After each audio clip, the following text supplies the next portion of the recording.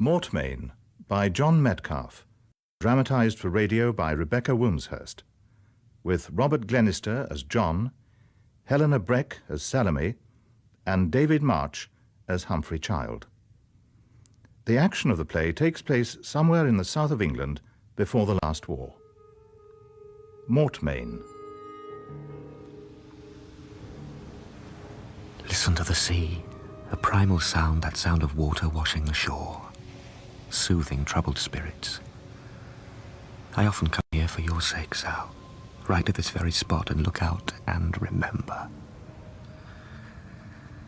Memories are all I've left from those few precious days when we both thought you were mine at last. But you were never truly mine, were you? You belonged to him. He possessed from the start. That fateful day when you became his wife, I was at the church. You never knew that, did you? But I had to go. See for myself. I, Humphrey Child, take thee, Salome Clare Miles, to be my lawful wedded wife. I, Salome Clare Miles, take thee, Humphrey Child, to be my lawful wedded husband. He, middle-aged, sallow, solid, defective. And his mother, Harriet, veiled and slumped in a wheelchair at the back, gibbering throughout the ceremony. I never understood till later. And in the midst of it all, you, my darling, a sacrificial lamb.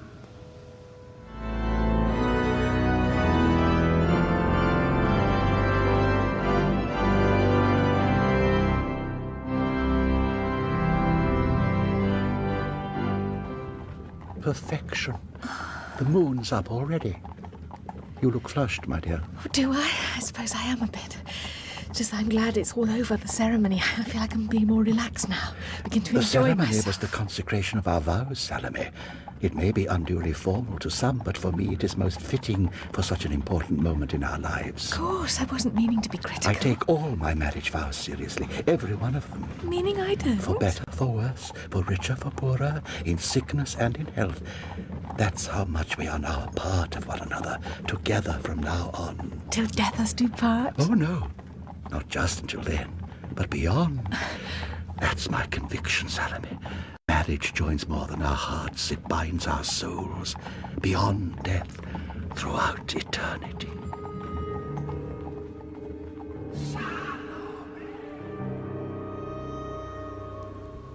After that, I tried to forget, to stop thinking about you both. Together. The pain was still too great. Then about 2 years later, that letter came begging me to meet you. It took courage, you knew that. But in that curious little tea shop, you offered a picture of life at Seaton Manor with Humphrey. His passions for boating, for moths, his house, the small talk of marriage. His mother. I wasn't convinced that you were entirely honest. But I listened, and against my better judgment, I accepted your invitation. I always found it difficult to say no to you, Sal. And you'd assured me I'd have little to do with Humphrey. But on a balmy September night in 1938, I found myself sitting on that ill-fated houseboat of his.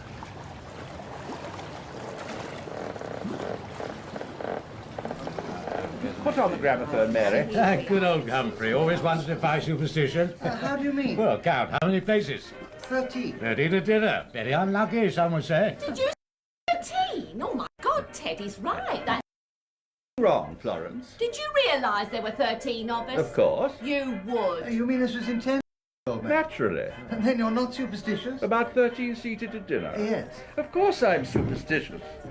But I have always maintained that human fear can be used to good effect. Humph, dear, make yourself clear. I'm not following this one little bit. I think Florence means that it's bad luck to seek 13 at I dinner. know she does. It could mean someone's going to die or something like that at any rate. Dear, not another death. Oh, don't worry yourself, Heather. Just a bit of nonsense. Isn't there a play which starts with the guests suddenly realising that they make 30 at the table, but by Priestley or someone? Barry, I think. Ah, you spoke, Mr. Temple. I was just clarifying something for your wife, that's all. Of course, there's no truth in this consequent death business, but it makes a damn fine topic for table conversation, doesn't it, Mr. Temple? Nothing better than to stir up the crew's complacency just before embarking on a substantial meal, don't you think, Mr. Temple? You've all found your places. Salome has made such exquisitely delicate little name tags for you all. And now the first course, I think. What a little moonlight can do. So, you're a friend of Humphrey's, Mr. Temple? Please, call me John, Miss... I'm Heather Fleming. That's my husband, Andrew, sitting over there next to Edward Scrivener. And I'm not exactly a friend of Mr. Child's. I've known Salome, since we were children. Oh, really? Oh, that's nice. Well, nice for her. Here's the main course. Humphrey always serves superb food, quite delicious. You'll get bored. You can't resist. Everything looks so beautiful, darling, just like dining on a big Atlantic liner. I'd enjoy myself a good deal more if that infernal Fleming woman stopped gossiping with your friend. Heather, well, she's a dear, and she doesn't gossip. She's just trying to feel at home. I don't see it's any right of hers to make people feel at home. She's my guest. Yet she insists on masquerading as some pretentious That's hostess. absurd. What's got into you tonight? This is meant to be a happy occasion, our wedding anniversary. Yes, Oh, but do keep your voice down. She'll hear you. Well-intentioned. And you've always said so. She's a good woman. Now I find her presence intolerable. But we couldn't have excluded the Flemings tonight. Heather loves coming, and she's always been like a mother to me. Andrew's all right. I can't think how the old boy tolerates that infernal prattle day in, day out. If she belonged to me, I'd find a way to silence her, teach her a lesson. It's all right, everyone, don't panic. Ted was just showing us his famous egg balancing act, and he's blown the salt all over the table. Oh, if you want to pick on your guests, you do no worse than making an example of Florence. She's so vulgar. That awful laughter. If ever a man suffered constant humiliation, it's not Andrew Fleming, but Ted. As always, you miss my point. There is no pretension in Oke. She's clean, unadulterated cheapness. An exquisite concoction of all that is worldly and destined for the moth and rust. Sometimes you talk in riddles. Not till you solve them. You seem to laugh and to smile just all of the while. Of course, it came as a great surprise to us when Humphrey announced he was getting married. A confirmed bachelor married to Seaton Manor in this old boat. And of course, there was his mother, you know, absolutely devoted to her he was. Took her death very much to heart. Oh, really? Well, they said it was senile dementia, and it was worse than that, and the poor dear eventually had to be committed. Must have been all of 8 years ago now. I never realised. Humphrey never breathes a word. Well, it's not the sort of thing one broadcasts, is it? Dear, you'll think me a morbid old thing talking like this over such a lovely meal, and when I have a charming young man for company. Now, don't misunderstand me, John. We're so glad Salome came into Humphrey's life when she did. There was a time we really feared he'd go the same way as his mother. You see, the locals started spreading all kinds of rumours, strange behaviour and all that. We never saw any evidence of it ourselves, and we never set store by any such gossip. One can't in the country. Personally, I just think Humphrey's one of life's eccentrics. He certainly has an individual taste in clothes. All this gossip started about 10 years back. People claim that Humphrey was indulging in unnatural practices, whatever that might mean. They say he stole dogs from the village and took them back here to the estate. They were never seen again. And then headless sheep were supposedly found entangled in some barbed wire at the entrance to the manor. They claimed Humphrey had ritualistically slaughtered them. Oh, dreadfully far-fetched. And quite honestly, Ladies and gentlemen, can I have your attention for a minute? Okay, please. Oh, I'd like to propose a toast to the happy couple. I'll give you Humph and Salome. Happy anniversary. Many more to follow. Humphrey, Salome. Humph, now you should give a speech, a response. Please, Ocky, sit down. No, I darling. want a speech. Nobody doesn't You've got to want make a speech. speech, Humphrey. It's traditional. It's what Harriet... It's what your mother would have wished. Oh, dear, I don't think she should have said that. Friends, I am encouraged by my cousin Florence to address you. I intend to be brief. Turn down the music, Mary. We meet tonight to celebrate a special anniversary. Here. But in our celebrating, let us not forget our debt to the past.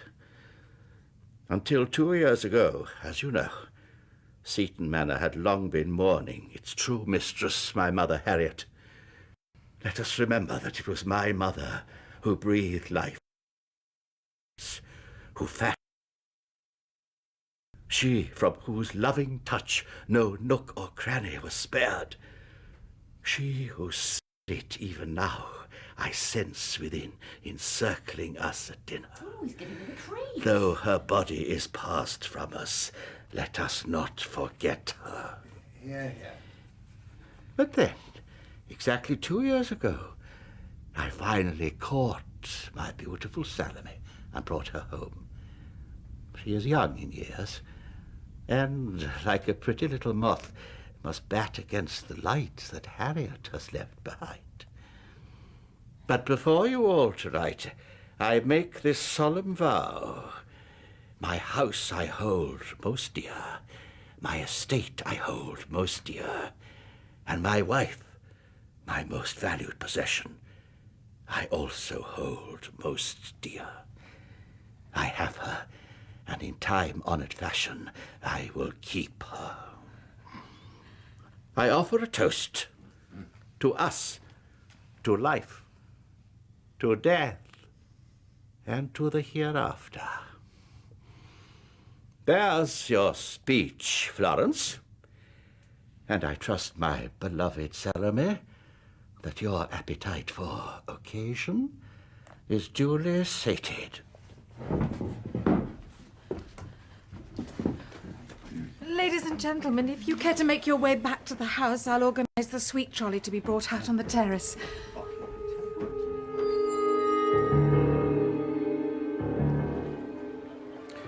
Care for a little snifter while we await the arrival of coffee, Tom? Jolly nice of you, old boy. What you got? Oh, a nice Armagnac, a fine malt. Malt will do fine. Nothing like a drop of the to round off a perfect evening. Oh, Heather, we haven't had a chance to talk yet. Did you enjoy the meal? Delicious. Your wife is such an Tell me, excellent... how's your son getting on at Oh, the bar? he's doing very well. Oh, I'm so proud. splendid. Sorry to interrupt you, Humphrey, but could you direct me to the little girl's room? Sorry? No. Little girl's room? Oh, you mean the lavatory, Heather. When you reach the house, up the stairs, straight in front of you, and it's the first door on the right. Oh, by the way, forgive the smell there. We've only just finished decorating. Thank you, dear. Urgent, you see, too much bubbly. Oh, and Heather, Yes. if you need a hand towel, they're in the large closet just behind the bathroom door. Just help yourself. Yes, I will. Now, Major, what about that malt?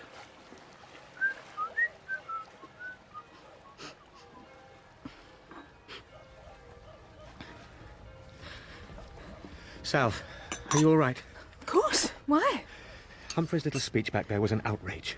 I thank you not to insult my husband, not while you're here as his guest. I'm not his guest, and he's under no illusion about that either. People always misunderstand. He was just being funny, that's all. Funny? Oh, I see. Just as he was about the 13 people at dinner, upsetting Mrs. Fleming with all that talk of death and superstition. Oh, now you're going over the top. Heather knows Humphrey better than anyone. Enough to think him strange at times. Eccentric. What do you mean? Come on, Sal, he's warped. His whole behaviour makes it so blatantly obvious. He's contemptuous of everyone here tonight. And what's worse, that contempt clearly extends to you. He has no regard for your feelings. That is quite enough. He's worth 10 of you put together. That's not true. There's something very wrong here. I can't quite put my finger on it, but the whole place exudes a sense of misery and oppression. I felt it as soon as I arrived yesterday. And Humphrey's performance tonight has convinced me I'm right. Oh, that's nonsense, John. Now stop it. You know I'm talking sense, Sal. You felt it too. That's why you wrote to me. Wanted to see me. Insisted I should come and stay. You could have told me when you said you wouldn't feel settled until I'd visited you here, and now I realise why. This is no marriage of kindred souls. There's no love here. With some kind of bondage. I love him, John. Love him. Good Lord. Did you hear that? Sounds like some wretched animal caught in a trap. Do you keep any animals? No, nothing like that. Humphrey detests them. Anyone seen Heather? I think she went into the house to the bathroom. She wasn't sure of the way. Oh, it's upstairs. Andrew, I think your wife's been taken ill. Oh, dear. Come on, we must go inside. Yes.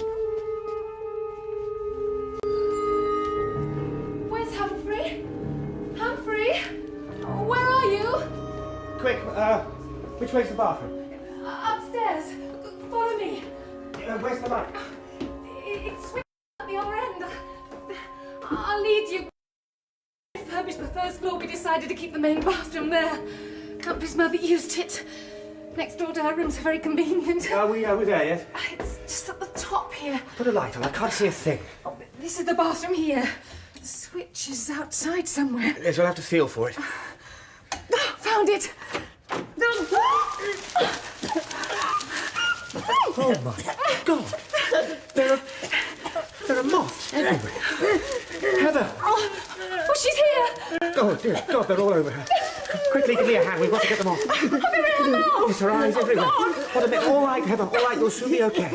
I'm going to try to get a window open and get these things out of here. Heather, it's Salome. Can you hear me? You're all right. You're going to be fine. You've had a bad shock. Just sit here with me for a while. Andrew will be up soon. And when you're better, we'll go downstairs. Oh, God, what's happened? Oh, somehow Heather's stumbled onto some of Humphrey's moths. What's going on? Don't just stand there like some great gormless slump. The whole girl needs brandy. Heather! No, it's all right, Mr. Fleming. The wife's had a bit of a shock, but she's fine. Oh, it's all right, they've gone. They've all gone. You're safe now, darling. Where on earth could these have come from? There's hundreds of them. They're Humphrey's. He collects them.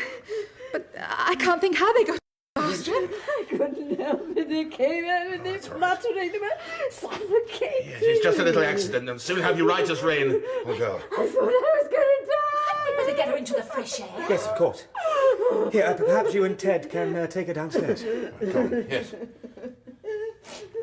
Andrew, there's some smelling salts downstairs in the kitchen, but please take some. I have a number of a good emergency doctor in Burselton. I say, anyone notice the smell? For a moment I thought the old girl had... Oh, you know, when someone's had a bad shock, perfectly normal. Yes, I noticed it too. Sickly, sweet. Something has very decidedly gone off. It seems to be strongest over here. Wait a minute. I guess there's something at the bottom of this closet. Anyone got any matches? Lighter? No, it doesn't matter. I can reach inside. Oh, what is it? Something warm and moving. Moving? Stand back, everyone. Whatever it is, I think it's best to drag it out into the open. Oh. What is it?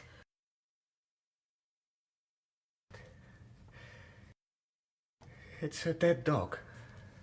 And very badly decomposed. Seething with maggots. How on earth did it get in here? Oh. I expect Humphrey put it there. Oh, I can't stand any more of this. I'm going to get myself a brandy. What do you mean? Humphrey put it there? In a bathroom cupboard, for God's sake. Some of his moths are carrion feeders. They need flesh for food. Humphrey's told me that before now. He must have put the dog here. God knows who the poor thing belonged to. Look, it's still got a collar round its neck. And where the hell is Humphrey? He called us all in here. What does it matter, John? Let's just get rid of it and forget about this. Forget? Oh, that would be too easy. Yes, let's forget. While some poor defenceless old lady lies half delirious downstairs because of your husband's disgusting hobbies. Never in a lifetime. Look, just because... Unusual? More than unusual. I'll tell you what your husband's tastes are. Perverse. I'm beginning to realise some of the rumours about him are probably true. This is no marriage, Sal. It's some hideous, bizarre charade. When I leave this room, I'm going straight downstairs and out through that front door. And I want you to come with me. What is the matter? Why are you so frightened? I can't, John. I can't leave him. I love him. It's a lie. You can't possibly love him. I do. I do. Listen to him. The man is mad. He's not safe, Sal. Come with me now while there's still time. No, I can't. Please. I can't. Please. You can't make me. You don't understand. Then I can't help you. No. No, don't leave me. I can't do any more. You've made your choice. You're free to do so. I loved you. I lost you. I found you again. And now... Oh, no, John, don't, I beg of you. Don't go tonight. You just don't understand. God be with you, Salome. You must live this nightmare alone.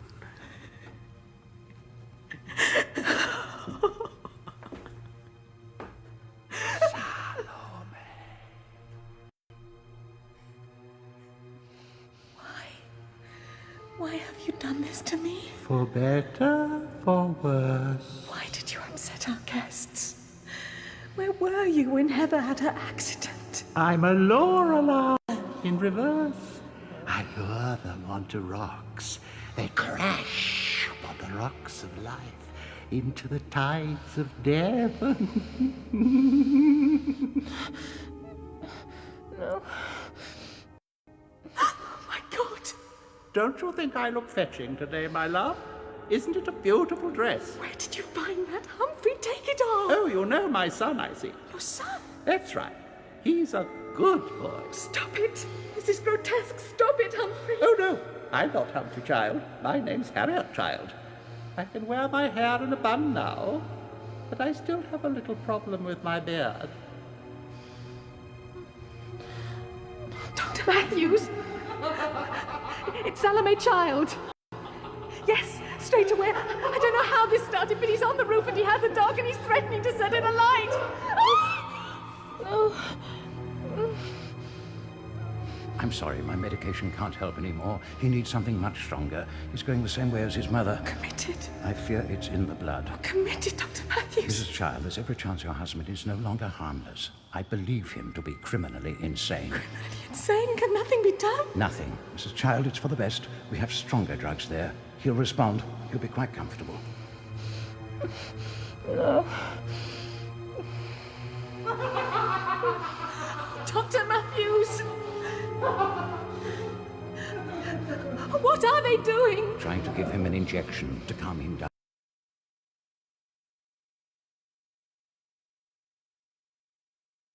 It happens in these cases. What's happened now? He's all right. I must go to him. Mrs. Child, Oh, my God! I'm afraid the straitjacket was necessary. I really didn't want you to see. But you did want to see, didn't you, Salome? Ah, see how my moth flutters now. You may think I'm mad, but I tell you, I know secrets of the universe you couldn't even guess. Come away, Mrs. Child. This is all too distressing. That's right, Mrs. Child. Do what the nice says. But wherever they take you, I shall find you. You're mine, Salome, forever. You promised me, till death us do part, remember? And I tell you, death shall not part us, not part us. Death. Humphrey Child seemed preoccupied by death and dying. For 6 months you tried to save him, then you wrote again, begging me to help. I couldn't believe what he'd done to you. That haunted look. I wanted to take you away. But again, you insisted on staying. Even in madness, he had a good sense of timing, as though he was playing with us all. Then suddenly, for you, my darling, that merciful release. Only called to pass on our respects. When did it happen? Of course, I blame her. Never really gave the poor man a chance. If you ask me, she only married him for his money. It's obvious she didn't love him. He was too good for her. I want only a small affair. Just ashes family. to ashes, dust to dust. Humphrey Ramsden Child, 5 years beloved husband of Salome Child. Death shall not part us. Shall not part us. I have her, and in time-honoured fashion I shall keep her, keep her, keep her. 3 weeks after the funeral, you became my wife. A quiet affair, you insisted, nothing grand. I, John Temple, take thee, Salome Child, to be my lawful wedded wife. I, Salome Child, take thee, John Temple, to be my lawful wedded husband. But how I drank in your smiles, and the promise that we were alone now for the rest of our lives. I was determined to savour every moment. Our honeymoon should have been perfect. You're very bright this morning. And why not? I feel the sun shining on me. Suddenly life is good. I'm happy and fulfilled. And I've got my pipe, a tin of my favourite baccy. Yes, and I've got my girl Sal. Careful! The eggs! Oh, it's all right. Save them. Oh, you're a romantic, John Temple. I always suspected it beneath all that tweed and pipe smoke. If a fellow can't be romantic on his own honeymoon, then there's no justice in the world. Oh, I still can't believe it. It's like a dream. Oh, I'm so frightened I'll wake up and all this will disappear. Now stop all that maudlin business. Right, you ready? Big or little helping of our special scorched scrambled egg. Burnt, more like it. Coffee? Oh, please. Milk? Just as it comes, you know me. I like to think I do. Oh, delicious. Can't beat it, really, can you, all this? The isolation? I've loved it all my life. I never really went sailing. Oh, we dined on that night. He called it Daisy. Stupid name for a boat. Oh, but he was very fond of it. Used to sail by night, studying moths along the river. Never took me with him. Now, you don't have to think about any of that. It's all past history. You're Mrs. John Temple now. Oh, I know. It makes me feel very safe somehow. Really? Of course. Have I behaved very selfishly? Why? Making you a marriage offer at a time when I knew it would be hard for you to refuse. John, they took Humphrey away over a year ago. During that last 12 months of his life, well, he was in no sense of the word a husband to me. Oh, he used to get very abusive. And that business of dressing up like a woman, well... In the end, I think he really believed he was his mother. Darling, please. No, it's good to tell you. It helps. He always used to say he'd find me, though. Wherever you are, little moth, I'll find you. That was always the worst bit, like a threat. I used to lie awake at nights, anxious, in case he escaped and came looking for me. It's silly, isn't it? I don't think so. You know, when you finally wrote to me after Humphrey went away, I felt as if I'd been rescued. Oh, I can't describe the sense of relief. I kept my word. I only had to wait for the inevitable, and I knew you might accept me at last. I knew it was just a question of time. What's that line? There's a destiny that shapes our ends, rough hew them how we will, or something like that. Oh, you show off. No, not really. I just want to make up for all the time we've missed. Introduce you to all my old haunts. So that's why you wanted to come here? We needed somewhere private. What could be more perfect? Alone on Windhover too. It was the perfect solution. Our own little island. Set in a silver sea. Mm-hmm. I see more like. I had a dip when I got up. Talk about goose pimples. Good job I've got a strong heart. All the better for having me in it. Happy? Oh, I think so. Only think so? It was a bit of a shock last night, passing Seaton Manor. Too many ghosts, you mean? I hadn't been back since the day Humphrey was taken to the asylum. At the time I simply walked out and left it, but it still came as a shock. I suppose I hadn't realised just how close we'd be. I only called you on deck to see those gannets flying against that brilliant sunset. Never even noticed the house. Strange, it wasn't the memories that upset me. It was the way the place had deteriorated that hit me most. The whole place seemed to be rotting. I almost felt it was watching me. Angry at me for going away. Good Lord! What on earth was that? Some bloody idiots round the side. You stupid fool! Why didn't you look what you're doing? Oh, sorry we bumped into you, old man. Wife had a spot of trouble with the oars. What is it, darling? I told you. Florence! I said to Ted, I thought I'd seen Salome Child. I saw you, not a care in the world, taking the sun, weren't you, yesterday morning? Of course you were. I knew it was you. That's why I said to Ted, didn't I? I said, if yes, we need okay. some shackles, why don't we row the dinghy over tomorrow morning and find out if that white boat's got any to spare? And if it is Salome Child, I said, she'll so won't you, Salome? This lady isn't Mrs. Child anymore. She's my wife. My name is Temple, John Temple. We don't have any spare shackles, and if you don't mind, right now I'd like to inspect the damage. Oh, dear, we appear to have put our foot in it as Yes. usual. Dearie me, well, I Simply didn't never. realise so soon after poor old John, Humphrey. darling, this is Florence Scrivener and her husband Edward. Ted, please. How do you do? He was a bit scraped about the stern. Didn't we meet once at my cousin Hump's place, Seaton's? I don't remember. Of course we did. Same night old Ma Fleming took a wrong turn and got our bats or Now, something. moths, dear. Lots of giant moths. Oh, well, something flappy. Would you like to come on board? John was just making some coffee. Oh, no, I don't think that's a very good idea, especially after the paint business. We really ought to be on our way, Ocky. Nice running into you again. Oh, Lord. Listen to that, running into you. Mind you, I wouldn't have recognised the old tub. Tarted it up a bit by the looks of things. Much better shape than I remember it. Humph had it painted pink, as I recall. This is not Humphrey's boat, it's mine. And honestly, we don't have any shackles to spare. Oh, don't worry about that. We'll make out somehow. Well, you know, I can't believe it. Humph dead and buried not long since, and look at you now, dear. Positively blooming. Oh. How long is it since? A month, Florence, almost to the day. After all, you should know. I seem to remember you were at the funeral in full black. Really? Only a month? How interesting. He was a remarkable man, my cousin, very remarkable. I wonder what he would make of his little Salome remarrying quite so soon. My wife's name is Salome, as you well know. Okay, time we were going. Outstay the old welcome and all that. Oh, never could stand pussyfooting around. Sorry about the paint. Goodbye, Salome. Goodbye. Goodbye. Goodbye.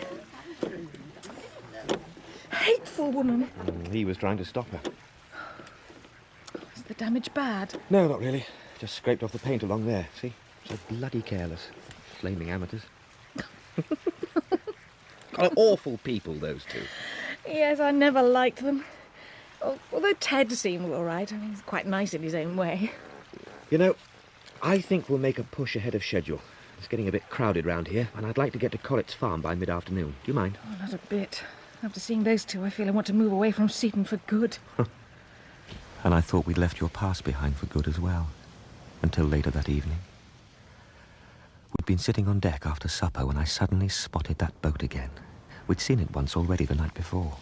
A curious-shaped thing with cut-down mast, painted an awful sort of pink and exuding an air of neglect. I was joking about people's taste when you abruptly said it was too cold to stay on deck and went below. What are you looking at? Nothing. Come on, what was it? These, some photos. Old photos of Seaton and the boat. I was just You seeing... mean his boat? Is this where he used to sail? Yes, now and then. Sometimes he kept it not far from here. Oh, John, it's odd, but I don't know how these came to be here at all. I found them in my suitcase when I unpacked it. It's almost as if someone put them there. Sal, it's all over. Humphrey Child is dead. Everything is all right, isn't it? Oh, I suppose so. Of course it is. Look, you hop into bed. Give me those, and I'll tear them up. Chuck them overboard. Commit them to the waves. And then I'll join you for an early night. We can wash up in the morning.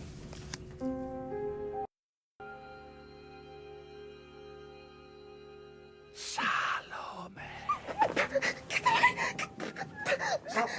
Sally, it's okay. It's okay, I'm here. I'm here. Nothing can hurt you. Nothing. I thought I'd woken up, but all I could see... All down at me, and his voice calling out my name. I felt something beating in my face. I screamed and woke up. It was a giant moth. Over there by the mat, I heard it when I brushed it away. It's still there crawling. Bloody brute! There, that's you finished. Oh, John! And you, my girl, can start by coming clean about that boat we saw. It's Humphrey's old bark, isn't it? I think so. What do you mean, think so? You know it is. Oh, yes, You recognised it when we saw it last night? Yes, all right. I did. But what was the point in telling you? I knew you'd be upset, and besides, I'm convinced it's following me. Oh, brilliant. We see the same boat 2 times, and now it's following you. No! I've seen it more than twice. The first night we docked at Skipper's, I saw it then. I thought nothing of it, but when it appeared the next evening, I began to worry. And you said nothing? Nothing? I am your husband, remember? That doesn't mean you own me. You can't order me to tell you everything. You are coming with me right now. We're going to take the dinghy, and we're going on board that paint wreck. No. You are going to meet the people who've obviously hired it for a holiday.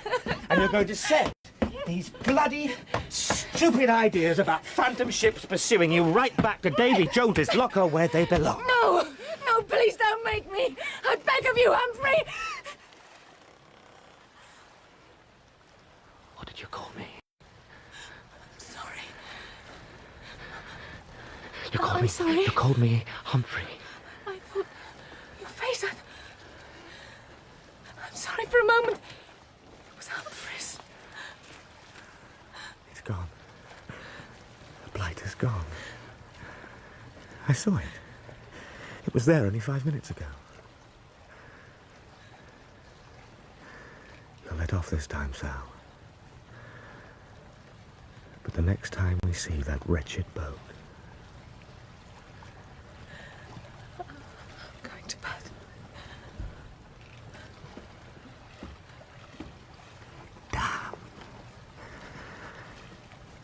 Damn you, Humphrey.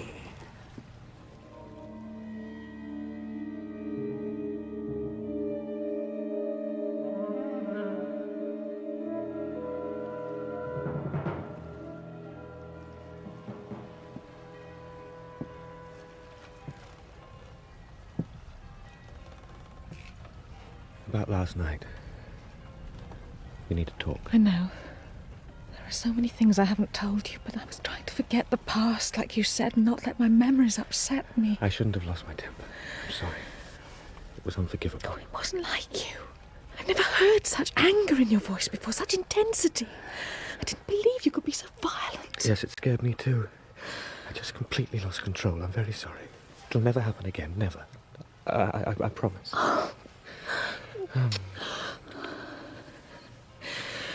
Look, I know it's nonsense, but Humphrey's face last night, it was so vivid, so real. And he was here again this morning, the moth. I felt it touching my mouth. I felt it. I felt it crawling over my skin, and I heard it beating its wings. Oh, John. I didn't tell you the whole truth last night. I have seen Humphrey's boat twice, but I was so frightened. It seemed to rise up, slowly out of the water. What? I didn't tell you, because... Sal. It looked more and more decayed, more broken up, as if possessed by something rotten and evil. I can't explain. I was drawn to it. It was waiting for me, watching me. I could sense something drawing me down into the water. It's calling me.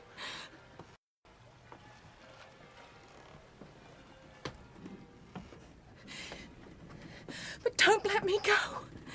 You mustn't trust me, do you understand? You must stop me, whatever happens, stop me. We must return to land now, immediately. Very well. I want to be locked in the cabin. But If you don't, it will claim me without question. He will claim me. He really did love me, you know. I love you too. Remember that.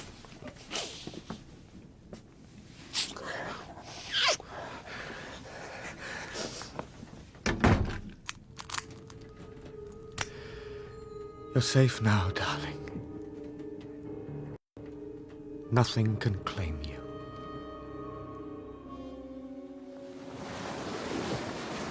About another half-mile, Sal, and we can land. Can't say I won't be relieved to put ashore. My God! What was that? She's out of control. Swinging to port. Stop.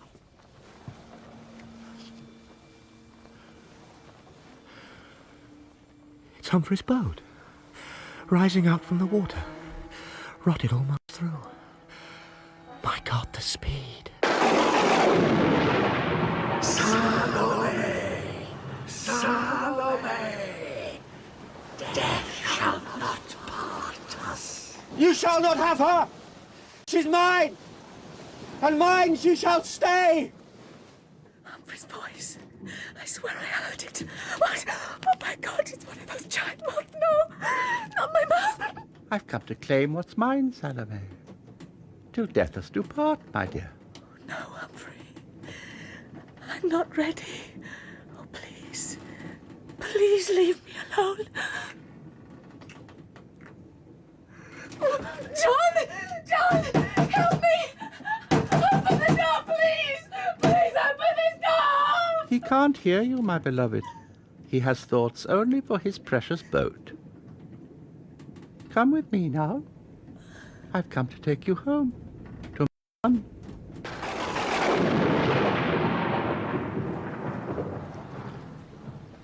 It's over, Sal. We're all right. It's over. Sally. Sally.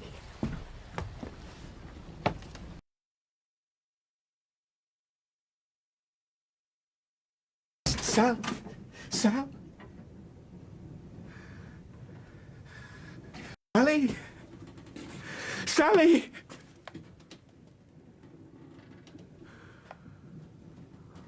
Oh, no. Oh, no, not that, please, God. Not that. You'd gone, of course. Though there was no sign of a struggle, nothing at all to suggest that you'd ever been there. Just a moth on your pillow, broken, dying. It was as if you'd never been my wife, Salome, never existed, just nothing, no body, no grave, nothing.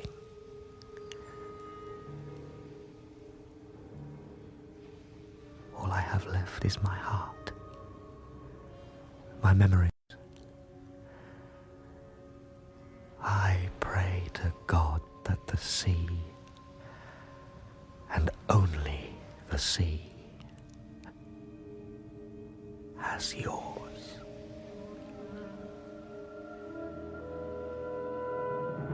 I have her, and in time-honored fashion I shall keep her, keep her, keep her. Robert Glenister played John, Helena Breck Salome, and David March Humphrey in Mortmain by John Metcalfe. Florence and Windsor, Edward Ronald Herdman, Heather Gudrun, Andrew Jonathan Adams, Tom John Church. Mortmain was dramatised by Rebecca Wilmshurst and directed by Martin Jenkins.